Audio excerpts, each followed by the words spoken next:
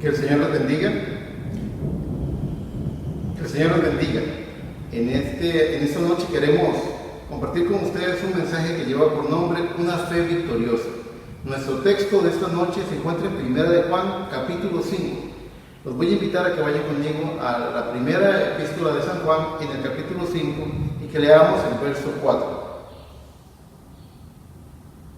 Dice así: porque todo lo que es nacido de Dios vence al mundo, y esta es la victoria que ha vencido al mundo, nuestra fe. Amado Padre Celestial, en esta hora te presento, Señor, las necesidades de tu pueblo, las muchas pruebas que tienen, las batallas que están peleando, y te pido, Señor, que esta palabra que se predique en esta noche, Señor, toque los corazones y bendiga las vidas, Señor, y suministre los recursos de fe para enfrentar el desafío del momento presente. Estas cosas te las pido poniendo toda mi fe, todo mi corazón, Señor, en tus promesas, creyéndote a ti con todo mi corazón, en el todopoderoso nombre del Señor Jesucristo. Te lo pedimos, Señor, por cada uno de los que miren este mensaje, que tú los ayudes y los alcances. En el nombre de tu Santo Hijo te lo pido. Amén, amén y amén. Gloria al Señor.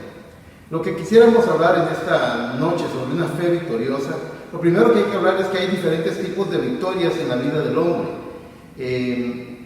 Incluso existe una ciencia, creo que es la neurociencia, la que se ha dado la tarea de escanear, de estudiar cómo es la actividad del cerebro cuando están pasando por momentos de depresión, o momentos de alegría, momentos de angustia, momentos de victoria.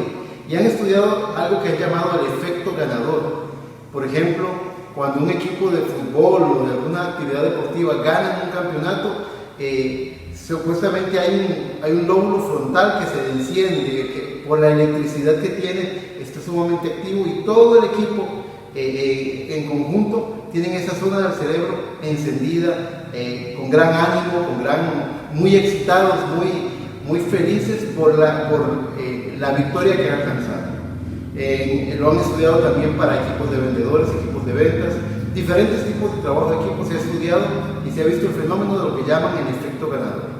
Esta zona de recompensa, que es como la llama el lóbulo frontal izquierdo, la ciencia, lo que tiene que ver es con la satisfacción que recibe nuestro cerebro cuando logramos alcanzar una meta, cuando logramos algo que estamos añorando o valorando o estamos persiguiendo. Es como un premio que recibe el cerebro, un estímulo por causa de haber alcanzado en lo que nos estábamos esforzando para obtener. Claro, el efecto ganador se usa para estas cosas, pero la palabra del Señor nos enseña, y debiéramos poner nuestra mucha atención a qué es en lo que nos estamos esforzando y qué es lo que nos está trayendo mayor satisfacción. Si es cierto que es la misma zona del cerebro la que se enciende cuando una persona está jugando un juego y gana, a cuando obtiene un ascenso y gana, cuando recibe un ascenso en el trabajo, una promoción, o es contratado, o se gradúa en una carrera. Es la misma zona de recompensa en la que se enciende, pero los motivos son muy distintos. Y la palabra de Dios nos advierte en Colosenses capítulo 3, verso 2, dice: poned la mira en las cosas de arriba, no en las de la tierra. Si tuviéramos que tomar este texto aplicándolo a esto del tema de la victoria, sería: no se conformen con victorias terrenales, no se conformen con victorias materiales, porque la palabra del Señor también nos dice en el libro de Marcos, en el capítulo 8, en el verso 36, dice: ¿qué aprovechará el hombre si ganare todo el mundo y perdiere su alma? Y es una excelente pregunta.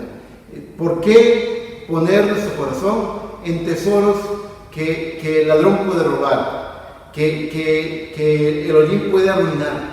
En cambio, dice el Señor Jesucristo: mas ten tus tesoros en los cielos, donde el ladrón no puede robar, donde el hollín no puede arruinar, no se puede oxidar, no se puede dañar ese premio, ese galardón. Pongamos la mirada en las cosas de arriba, porque de nada nos aprovechará ganar todo el mundo si perdiéramos nuestra alma. Recordemos que el amor de Dios es incondicional, pero sus promesas todas son bajo condición. En el mensaje que sirvió de inspiración para predicar este mensaje de fe victoriosa, el profeta predicó en el 63, Día de Victoria. Y él hace una comparación de un hecho histórico de la Segunda Guerra Mundial.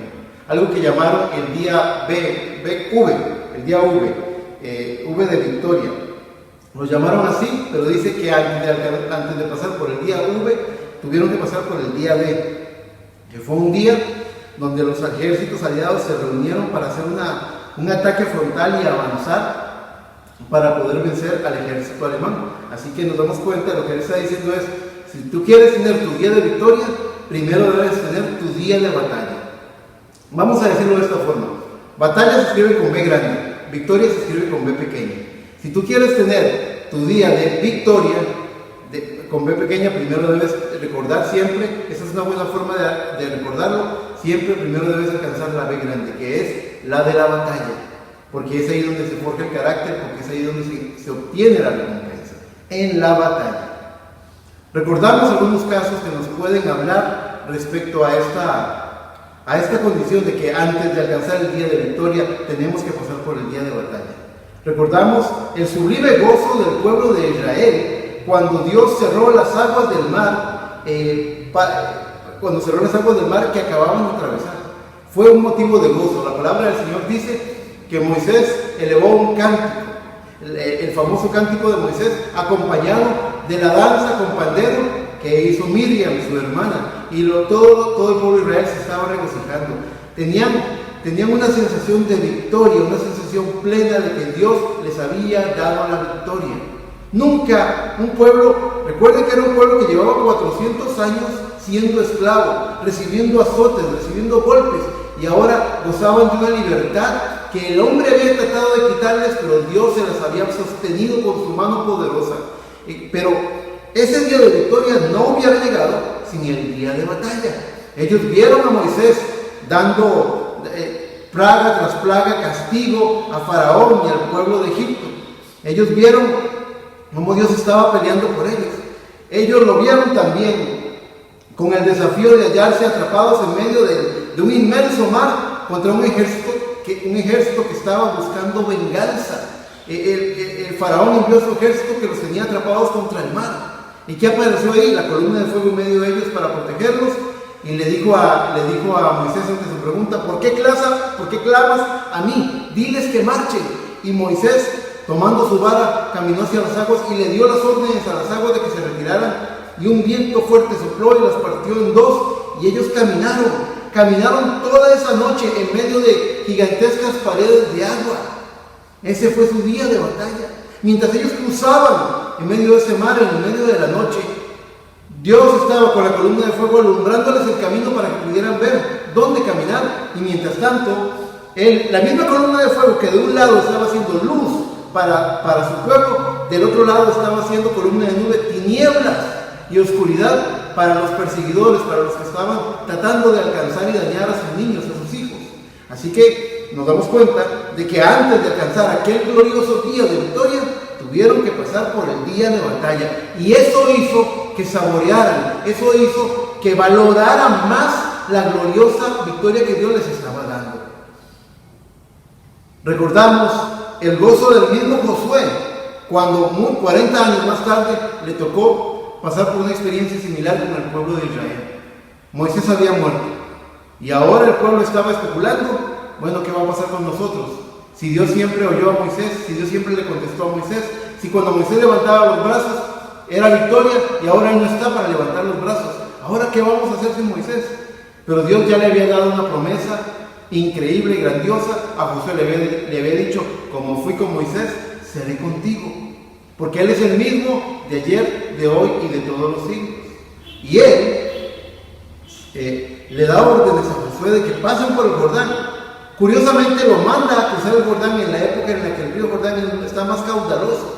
En la primavera, cuando las nieves y los hielos de la montaña se están derritiendo y están produciendo que el agua baje con gran caudal. En ese tiempo de mayor desafío es cuando Él les dice: crucen. ¿Y qué hace Josué? Josué les dice: santifíquense. Viene el día de la batalla.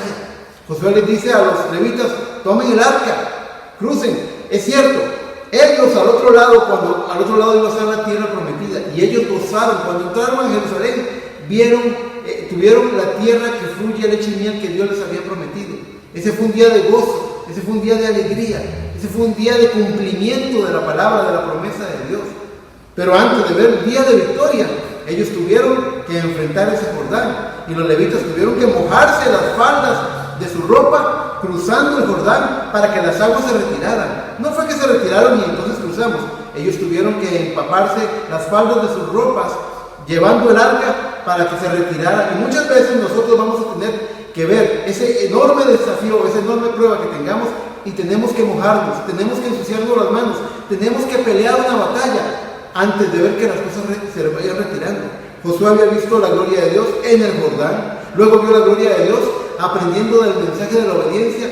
Con obediencia vencieron y derrumbaron muros que nadie había podido derrumbar en la ciudad de Jericó.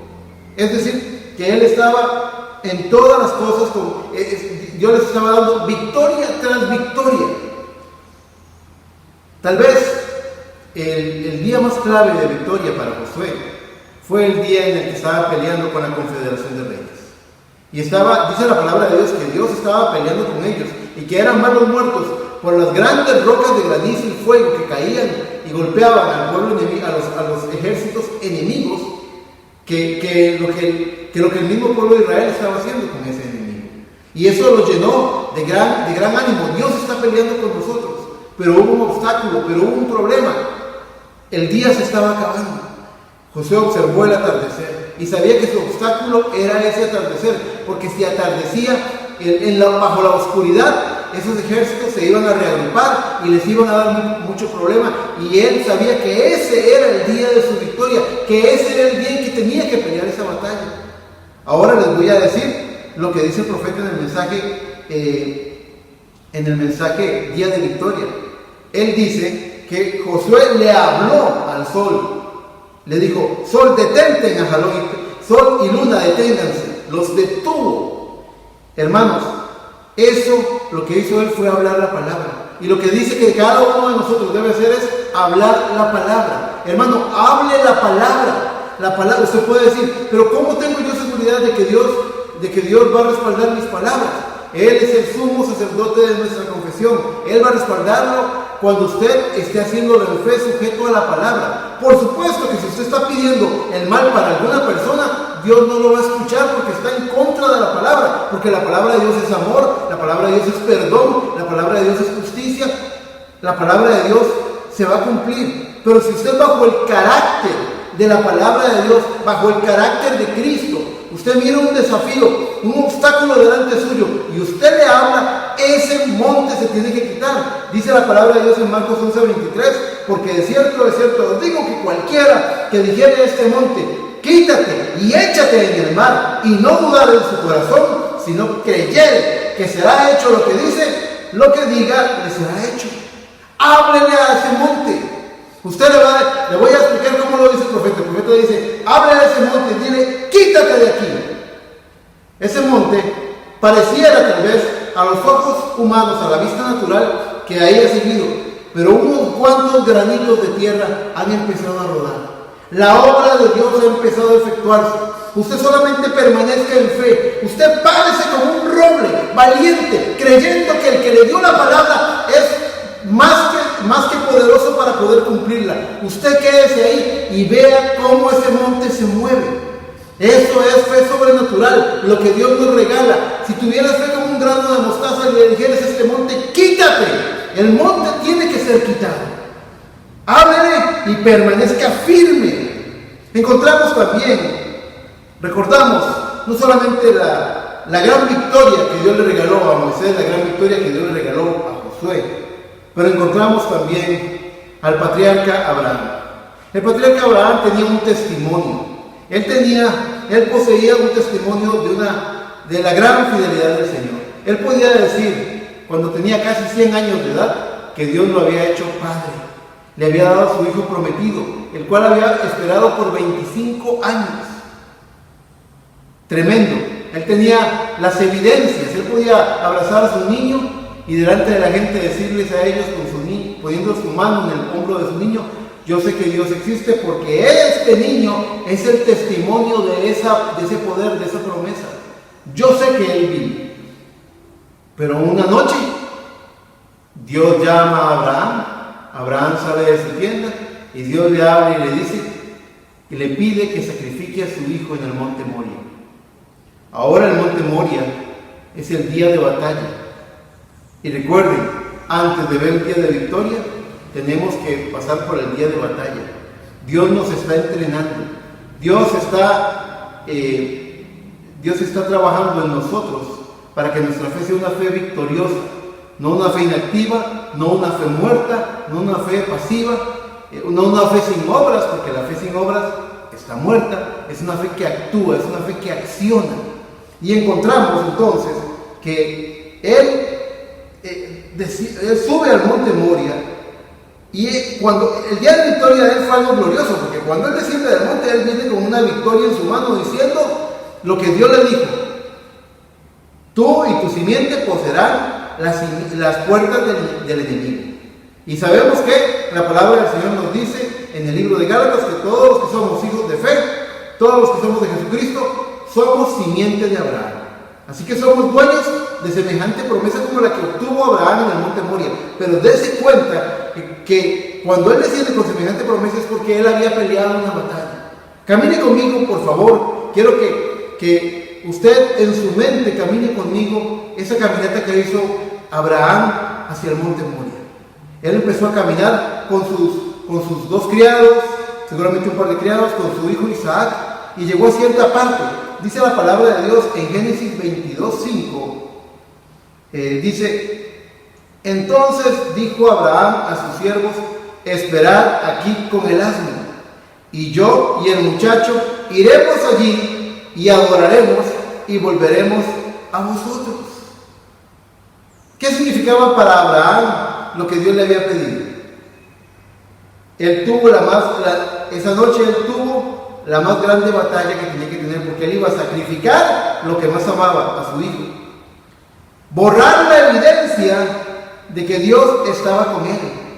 Pero además, él tenía en esta prueba que manifestar una fe de resurrección. Él tenía una fe de resurrección. Porque cuando él murió, dio mandato de que lo enterraran con su esposa en la cueva de Macpela. Ellos tenían una fe de resurrección, porque ellos habían visto, Sara y Abraham habían visto sus cuerpos, ya como muertos, dice la Biblia, ser restaurados. Ellos conocieron a Dios en el poder de su resurrección. Y ahora, él que había conocido el poder de su resurrección, dice la palabra de Dios que él creía que Dios era más que poderoso para traer a su hijo de la misma muerte. Él estaba dispuesto a obedecer a Dios con una fe victoriosa, porque sabía que Dios era más que poderoso para librarlo de la muerte, para traerlo de la muerte. Cuando Él le dice a los siervos: iremos hasta allí y adoraremos y volveremos a vosotros, les estaba diciendo, ellos no sabían lo que Dios le había dicho. Dios le había dicho, cualquiera de nosotros, sabiendo lo que Dios le había dicho a Abraham, le hubiera dicho: Abraham, ¿para qué? ¿Para qué te haces ilusiones? Abraham, ¿para qué dices esas cosas? Pero Abraham habló con fe. Abraham dijo: nosotros iremos y adoraremos y volveremos. Así yo tenga que matar a mi hijo y así Dios tenga que levantarlo de la muerte, volveremos, porque Dios me lo dio, porque Él es mío, porque Él me lo prometió. Así que Abraham estaba asido de la promesa de Dios, agarrado de la promesa de Dios. Ese fue un punto fuerte cuando él hizo esa declaración. Recuérdenlo, la palabra del Señor dice en Hebreos 3:1 que Cristo es el sumo sacerdote de nuestra profesión, de lo que profesamos creer, de lo que confesamos con nuestros labios. Seguramente Dios oyó a Abraham y dijo amén cuando oyó a Abraham decir: nosotros iremos, adoraremos y volveremos. Tal vez los ángeles del cielo se quedaron viendo a Dios. Abraham acaba de decir que van a volver, pero Dios sabía lo que había en el corazón de Abraham. En el camino, ahí en el verso 7 también de Génesis 22, dice la palabra del Señor: entonces habló Isaac a Abraham su padre y dijo: Padre mío. Y él respondió: heme aquí mi hijo. Y le dijo: he aquí el fuego y la leña, mas ¿dónde está el cordero para el holocausto? ¿Se imagina usted siendo padre de ese muchacho, de ese niño, recibir una pregunta como esa? Él estaba viendo a los ojitos de su hijo, que le estaba preguntando, ¿dónde está el sacrificio? ¿Dónde está lo que va a morir? Lo que va a ser sacrificado para Dios. ¿Dónde está? Y era él mismo y Abraham con gran fe, con gran amor. Yo creo que perfecto amor se apoderó del corazón de Abraham en ese momento. Porque cuando la palabra hablada, cuando ese tercer jalón viene al corazón del creyente y él habla la palabra, lo que lo gobierna en el corazón es un perfecto amor. A eso me refiero. Hable la palabra significa hable conforme a la palabra, hable conforme a la mente de Dios, conforme al carácter de Dios, y eso que usted habló se tiene que cumplir. No registra la Biblia, volviendo al tema de Josué, no hay un lugar en la Biblia donde se lea que Dios le dijera a Josué, Josué, te ordeno que detengas el sol. No hay un dato en la Biblia, no hay un registro que diga que Dios le haya dado semejante orden. Pero lo estaba haciendo en fe, era el obstáculo que tenía. Vamos a decirlo de esta forma. Marcos 11:23. Dile a este monte que se quite y se quitará. Si tuvieras fe, el aplicativo espiritual lo estaba cumpliendo Josué ese día. Porque la palabra de Dios es eterna. Porque la palabra de Dios existe desde antes de la fundación del mundo. Así que, sin haber leído esa orden, pero en su corazón en fe, él sabía que tenía una comisión, sabía que nada le podía hacer frente, sabía que si tenía fe, él podría hacer lo que ordenara, tendría que ser hecho, porque Dios lo estaba respaldando. Así que cuando él habló y dijo, sol, detente, en ese momento, él estaba cumpliendo Marcos 11:23. Y nosotros, hermano, hermana, hemos venido a este mundo para cumplir la palabra de Dios, para mostrarle al mundo y testificarle que la palabra de Dios es verdad. Así que tiene que haber algunos montes, tiene que haber algunos obstáculos en nuestra vida para que ejerzamos nuestra fe, para que desempeñemos, para que nuestra mano de fe, nuestro brazo fuerte de fe, tome la espada de la palabra de Dios y venza al enemigo. Tenemos que ejercer nuestra fe, una fe poderosa, una fe activa, no una fe muerta, una fe que acciona. Bajo la unción del Espíritu Santo en carácter, le digo, lo que pidieres creyendo será hecho, pida correctamente. Muchas veces decimos, ya yo le pedí a Dios, tal vez estamos pidiendo fuera del cuadro. Dijo Santiago, pedís y no recibís porque pedís mal. Uno tiene que revisar lo que está pidiendo si está en el carácter y en el corazón de Dios. Algunas veces le van a venir a uno críticas, van a venir a uno ciertas persecuciones y ataques. Y usted podría decir, bueno, Dios, destruye a esas personas, castiga a esas personas que me están persiguiendo. Y no es la voluntad de Dios castigarlas. Usted tiene que revisar. Yo recuerdo claramente una ocasión que yo estaba orando al Señor y yo decía, Señor, hazme justicia de lo que me están haciendo. ¿Y sabe qué me dijo el Señor? El Señor en mi tiempo de oración me dijo, Eric, ¿cuándo ibas a tener la oportunidad? No cuántas veces has predicado. Orar y bendecir a los que os persiguen y os ultrajan. Mateo capítulo 5. ¿Cuándo ibas a tener la oportunidad de cumplir mi palabra, de cumplir ese verso, si no ahora que te están ultrajando y te están persiguiendo? ¿Se da cuenta? Muchas veces la mente carnal, la mente humana quiere hacer las cosas a su manera, pero Dios tiene una manera. Pídalo a la manera del Señor. Hable la palabra, y hablar la palabra no puede ser contrario al carácter de Cristo. Yo recuerdo una ocasión en que un santo llamado Esteban, uno de los primeros mártires de la iglesia, que fue apedreado, estaba recibiendo las pedradas, los golpes que terminaron matándolo. Y allí estaba un joven llamado Saulo de Tarso, un joven que respiraba odio, que quería perseguir a la iglesia, que llegó a perseguir a la iglesia. Y dijo el mismo Pablo, cuando Saulo de Tarso se convirtió en Pablo muchos años después, él llegó a decir que él hizo blasfemar a algunos el camino de la fe. Ahí estaba el joven Saulo de Tarso. Como muchos jóvenes que están cometiendo errores, como muchos jóvenes que están haciendo las cosas incorrectas, como muchos jóvenes que están en contra de las cosas de Dios, que están contrarios a la manera de Dios. Ahí estaba Saulo de Tarso, ese chiquillo, ese joven. sosteniéndole la ropa, las túnicas, a los verdugos que estaban apedreando al pobre hermano Esteban. Y sabe, Esteban, lleno del Espíritu Santo, habló la palabra, y la palabra que habló no fue: Señor, resucítame, Señor, sana mi cuerpo, Señor, castiga a estos que me están haciendo daño. Él, con el amor de Cristo en su corazón, lo miró y dijo: Señor, no les tomes en cuenta este pecado. Yo no sé si el Espíritu Santo le reveló a Esteban que entre esos verdugos había un joven que iba a ser el escritor de 14 cartas del Nuevo Testamento, que iba a empujar y a perseverar y a caminar en la senda del evangelismo al pueblo gentil, que iba a llevar el evangelio a los gentiles, el apóstol Pablo, apóstol y maestro de gentiles.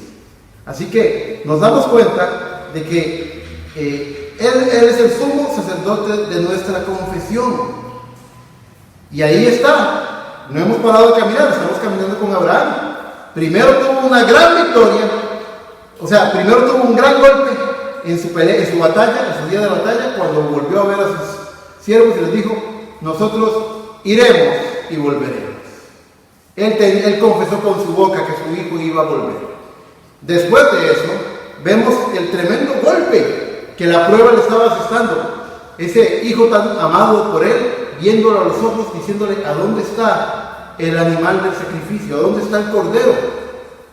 Y vemos a Abraham diciendo: Dios se proveerá de cordero para el holocausto. Hijo mío, dice. Hijo mío, Dios se proveerá. Yo no sé cómo Abraham tuvo la fuerza para no llorar, para no romper su corazón. Él estaba, como les dije ahora, en ese momento de fe. En ese momento en que el tercer jalón se estaba manifestando, perfecto amor estaba en el corazón de Abraham. Él estaba embalsamado, protegido, tenía una armadura que lo protegía de todo daño, el amor de Dios en su corazón. Él estaba firme creyendo en el Dios que le estaba dando ese goteo de amor perfecto en su corazón. Y cuando ustedes saben la historia, cuando él llegó allí, él preparó la leña, preparó todo, tomó al niño, lo ató de pies y manos, lo acostó sobre la leña, levantó su cuchillo y no estaba jugando, porque Dios no puede ser burlado. Dios sabe cuando alguien está jugando a la iglesia y cuando alguien es un verdadero creyente. Y él levantó su mano y el ángel del Señor dijo: Abraham, no lo hagas, ahora sé que temes a Dios. Y vino la promesa: por esto, por no haberme negado a tu hijo unigénito, tú y tu simiente poseerán las puertas de sus enemigos. No solamente le otorgó una victoria, ¿sabe usted? Por cuanto el creyente verdadero Abraham no le negó a su único hijo, Dios envió a su hijo unigénito a morir por nosotros. El amigo de Dios, Abraham, había mostrado cómo se alcanza victoria. Ahora, no solamente les quiero hablar del mensaje Día de Victoria que predicó el profeta, pero en este mensaje de hoy, que se llama Una fe victoriosa, también quiero citarles lo que el profeta dice en el mensaje: ¿cómo puedo yo vencer? Porque es cierto, antes de tener el día de victoria tenemos que tener el día de batalla. Ahora, ¿cómo podemos vencer? El profeta hace una comparación. Él dice, y eso es una forma simplificada para que usted pueda comprenderlo, para que yo pueda comprenderlo. El profeta dice que cuando él construyó, en el lugar donde él construyó el tabernáculo grande de la iglesia, ahí antes había un pantano, era un lodazal, un barrial, había agua emposada. Y en esa zona dice que crecían lirios, hermosos lirios. Y él comparaba al creyente con esos lirios. Él decía, fíjese que el lirio, el bulbo del lirio, la semilla del lirio, está plantada en el fondo del agua cenagosa, del pantano, abajo, donde está el barro, donde está el lodo. Allí está el bulbo del lirio, ahí es donde empieza a florecer. Y cuando crece, cuando el lirio empieza a crecer, él no se abre en la sociedad, no, él está cerrado, ese bulbo está cerradito, pero él empieza a crecer y a empujar, y él a su alrededor tiene todo tipo de suciedad. Él lo llamaba a todo tipo de guarazapos, que son renacuajos. Él tiene a su alrededor todo tipo de larvas, de insectos, de animales. Es un ambiente sucio, contaminado, de aguas turbias, no es agua cristalina. Y compara al creyente que ha nacido en este mundo, en este lodazal, donde hay pecado, donde hay vicio, donde hay inmoralidad. Así también el creyente ha sido plantado en este lodazal. Y al igual que el lirio, empieza a empujar. No se abre todavía, pero él empieza a empujar, empieza a empujar el lodo, empieza a empujar la sociedad, empieza a empujar las aguas turbias, empieza a empujar por encima de donde están esas larvas de insectos, de renacuajos, de cosas sucias, y él sigue empujando hasta que llega a la superficie del agua. Y cuando en la superficie del agua, ustedes saben, hay ciertas plantas que siguen al sol, como los girasoles o el musgo en los árboles, usted va a encontrar cierto tipo de musgo en los árboles que está del lado donde el sol más le calienta, que busca el calor del sol, porque en el sol está la vida. Bueno, el lirio es una flor que empuja el bulbo cerradito, y cuando llega a la superficie se abre y empieza a recibir los rayos del sol y muestra toda su pureza, muestra toda su luz, muestra toda la gloria que hay en él. Quiero citarles lo que dice la palabra del Señor en Lucas 12:27. Dijo Jesucristo: considerad los lirios, cómo crecen, no trabajan, ni hilan, mas yo os digo que ni aun Salomón con toda su gloria se vistió como uno de ellos. Así comparó el profeta al creyente vencedor, uno que se sobrepuso a la sociedad, a la contaminación, al pecado, a la tentación, a las pruebas que tuvo que enfrentar, que aprendió a hablar la palabra, que aprendió a decirle a la montaña: quítate, porque estoy en la línea del deber, porque en esa dirección me ha mandado Dios a caminar al encuentro con mi Señor. Y encontramos que es comparado con un lirio que empujó y empujó y empujó hasta que logró salir. Y cuando logró salir a la superficie, cuando los rayos del sol empezaron a calentarlo, se abre y muestra toda su gloria. Un día, mis hermanos, delante de nuestro sol de justicia, esos cuerpos serán transformados y mostraremos la gloria de la fe que hay en nosotros, que es una fe victoriosa. Por eso dijo Juan en su primera epístola, en el capítulo 5, él dijo: porque sabemos que todo lo que vence al mundo es de Dios, y esta es la victoria que vence al mundo, nuestra fe. Usted va a encontrar, por ejemplo, en el capítulo 2 y 3 de Apocalipsis. Hoy no tengo el tiempo, lo invito a que usted lo lea, pero en cada edad de la iglesia hay una promesa al vencedor. Dice: al que venciere le daré a comer del maná escondido, al que venciere le daré un nombre nuevo, al que venciere le haré columna en el templo de mi Dios, al que venciere lo confesaré delante de mi Padre y de sus santos ángeles, al que venciere le haré que se siente conmigo en mi trono. Cantamos victoria en medio de las pruebas. Cantamos victoria no porque estamos haciendo lo que queremos, sino porque cada enemigo que es puesto delante de nosotros, para gloria del Señor, podemos vencerlo con la palabra hablada que nos ha sido dada. En ese tiempo final, mis hermanos, ese es el tiempo. Desde el 65 el profeta dijo que ya el tercer jalón estaba en la tierra, que ya estaba en medio de su pueblo, pero que sería manifestado. ¿Cuándo? Sería manifestado en plenitud, en tiempo de gran apretura.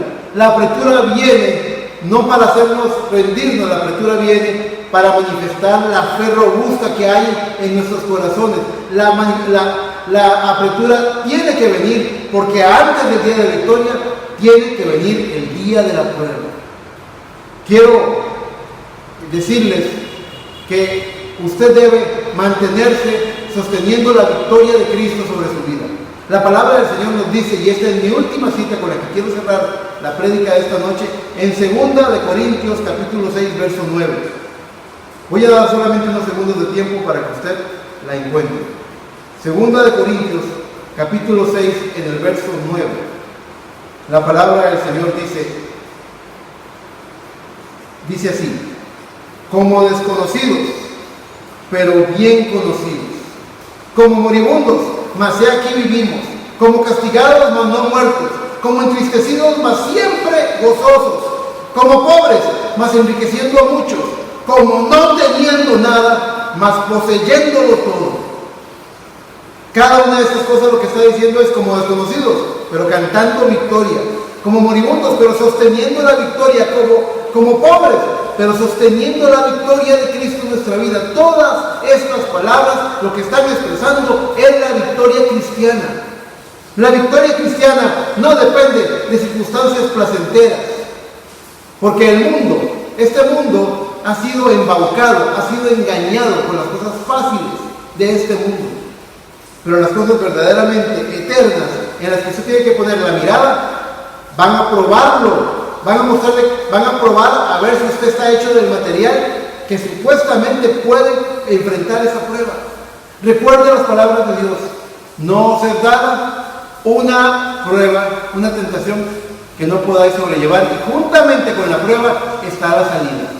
En el mensaje Día de Victoria, el mensajero dice: Dios no está dándole la prueba al creyente para castigarlo. Dios le está dando la prueba al creyente porque confía en él. La prueba es un signo de confianza, y Dios sabe que usted está en capacidad de enfrentar esa prueba y salir adelante.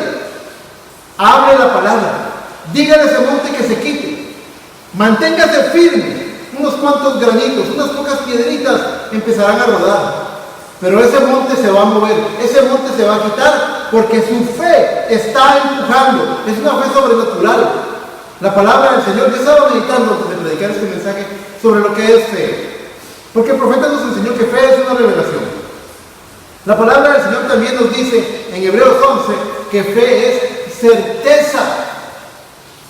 Entonces tenemos que la palabra de Dios es revelación y es certeza, pero también la palabra de Dios es victoria, porque ¿cuál es la victoria con la que hemos vencido ese mundo? Dijo 1 Juan, con nuestra fe. La fe que usted tiene, mi hermano, en su corazón es una revelación. La fe que usted tiene, mi hermano, en su corazón es una profunda certeza de que Dios no le va a fallar. La fe que usted tiene en su corazón es victoria. Esa es la victoria con la que vencemos al mundo. Así que encare, plántese valiente, mi hermana, mi hermano. Plántese valiente delante del obstáculo que tiene que vencer.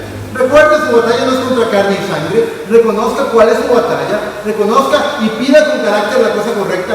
Vea dónde está el mal y dígale a ese monte de obstáculos: quítate. Y se tendrá que quitar, porque Dios lo pronunció. El mismo Dios que respaldó a Josué cuando paró el sol es el mismo Dios que escuchará su clamor y lo apoyará. En mi corazón solamente le pido al Señor, le pido a mi Padre, que usted pueda tener este recurso de fe. Para este tiempo final, nunca, hermano, nunca, sino en este tiempo final, es cuando Dios en su mensaje de la hora ha hablado tan claramente, diciéndole al creyente que hable la palabra. No tengan temor. Fíjese que en una ocasión Dios le dio una experiencia sobre esto del tercer jalón al profeta. Le dijo, cuando en un día de pesca que iba con dos hermanos, dos personas que son hermanos entre sí, que eran testigos de Jehová y que llegaron a tener el mensaje por el profeta, se fueron a pescar. Y cuando él iba saliendo de la puerta de la casa, él oyó que el ángel del Señor le dijo: hoy va a haber una manifestación del tercer jalón, hoy te voy a enseñar el tercer jalón. Y él quedó a la expectativa. Luego, cuando ya estaban en la barca avanzando para pescar, dice que él oyó que el ángel le dijo: hoy un animal va a resucitar. Y él estaba pensando qué sería. Recuerda que su hijo Joseph estaba hablando de que su gatito estaba con mucho dolor, se quejaba como un dolor en el vientre del gatito. Y entonces él decía: ¿será que Dios va a sanar al gatito? De lo que pensaba. Eso es la mente humana. El profeta no sabía lo que iba a pasar, solamente sabía que Dios había hablado y que se iba a cumplir. Y cuando él tiró su cuerda, él jaló y él atrapó un pequeño pececito que le sacó las entrañas, y entonces él lo sacó del anzuelo y lo tiró en el agua, y el pececito muerto quedó flotando ahí. Y después vino al corazón del profeta, vino el ángel del Señor y le habló, di la palabra y él habló y llamó a vida al pececito, y el pececito resucitó delante de los ojos de esos dos hermanos testigos de Jehová que llegaron a ser creyentes del mensaje. ¿Por qué le cuento esta historia? Solo un pececito. Bueno, eso ayudó al profeta a darse cuenta. Luego él pudo llamar a las ardillas existencia, luego él pudo calmar la tempestad. Fueron manifestaciones del tercer jalón. Él tuvo 5 manifestaciones en su tercer jalón que se mostraron poderosas. Y cada una de las veces que él habló la palabra, previo a hablar la palabra, él sintió que el amor perfecto de Dios inundó su corazón y tomó el control. Usted, mi hermano, mi hermana, tiene la facultad en fe por el mensaje que ha recibido de hablar la palabra.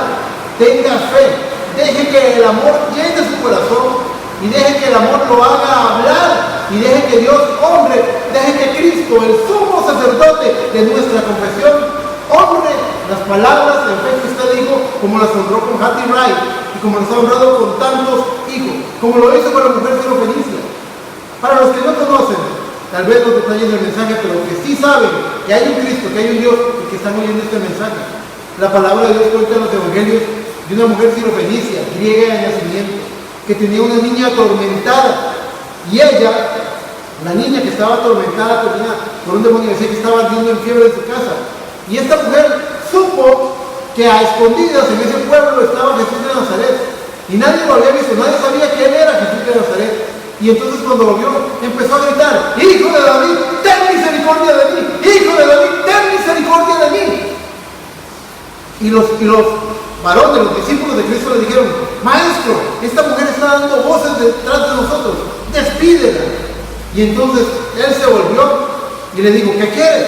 Les estoy resumiendo lo que dice en los 2 evangelios donde aparece citada la historia de la mujer sirofenicia. Dice, ¿qué es lo que quieres? Y ella le dijo, que sanes a mi hija. Y él se vuelve y le dice, no he sido enviado sino a las ovejas perdidas de la casa de Israel. Como quien dice, no vengo a tratar con los gentiles en este tiempo. Este no es el tiempo de los gentiles. Y se volvió.